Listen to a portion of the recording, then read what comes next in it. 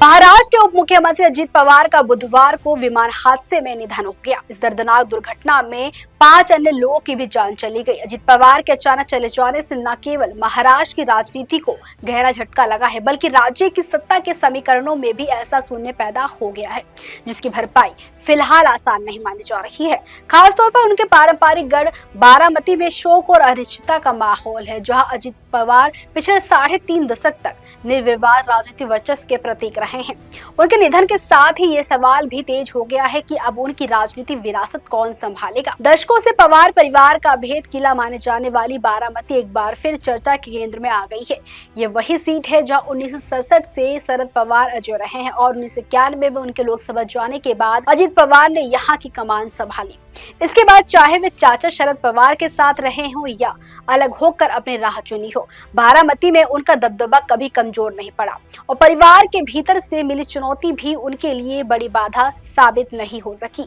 बारामती विधानसभा क्षेत्र महाराष्ट्र की सबसे हाई प्रोफाइल और राजनीतिक रूप से अहम सीटों में गिना जाता है। इसे पवार परिवार का गढ़ बनाने में दशकों का राजनीतिक संघर्ष और रणनीति शामिल रही है। शुरुआती दौर में 1952 में कांग्रेस के गुलाबराव मुलिक यहाँ से पहले विधायक बने। 1957 पीजेंट्स एंड वर्कर्स पार्टी के नाना साहब जगताप ने जीत दर्ज की और 1962 में कांग्रेस की मालतीबाई शिरोली विधायक बने। इसके बाद 1967 में शरद पवार के उदय के साथ यहाँ एक नए युग की शुरुआत हुई। शरद पवार ने 1967 से 1990 तक लगातार 6 विधानसभा चुनाव जीतकर बारामती को पवार परिवार का भेद किला बना दिया।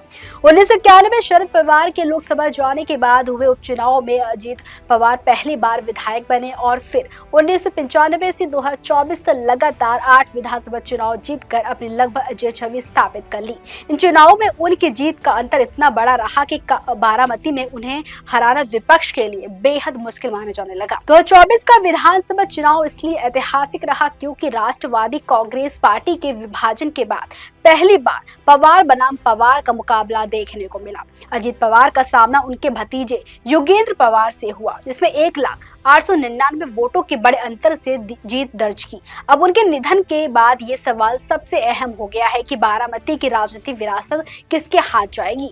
लंबे समय से यहाँ के मतदाताओं के बीच ये धारणा रही कि लोकसभा के लिए ताई यानी सुप्रिया सुले और विधानसभा के लिए दादा यानी अजित पवार, जिस तरह अजित पवार ने विधानसभा में मजबूत पकड़ बनाई, उसी तरह सुप्रिया सुले ने बारामती लोकसभा सीट पर लगातार जीत दर्ज की है।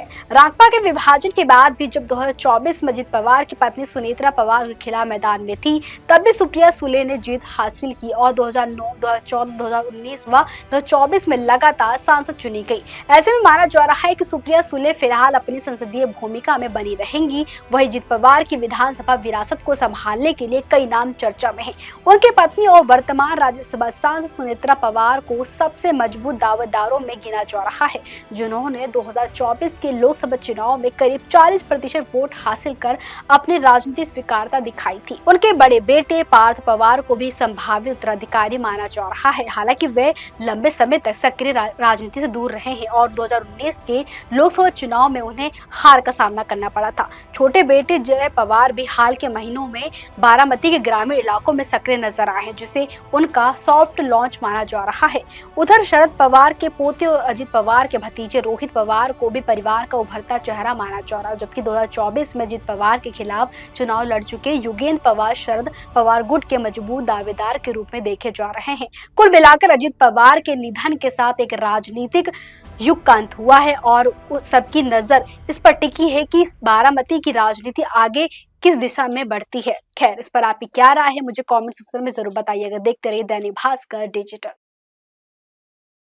राजनीति हो या क्रिकेट, देश विदेश की ब्रेकिंग हो या आपके मोहल्ले की बड़ी खबर, सब मिलेगा एक ही ऐप में, सबसे तेज और भरोसेमंद। अभी डाउनलोड करें दैनिक भास्कर डिजिटल।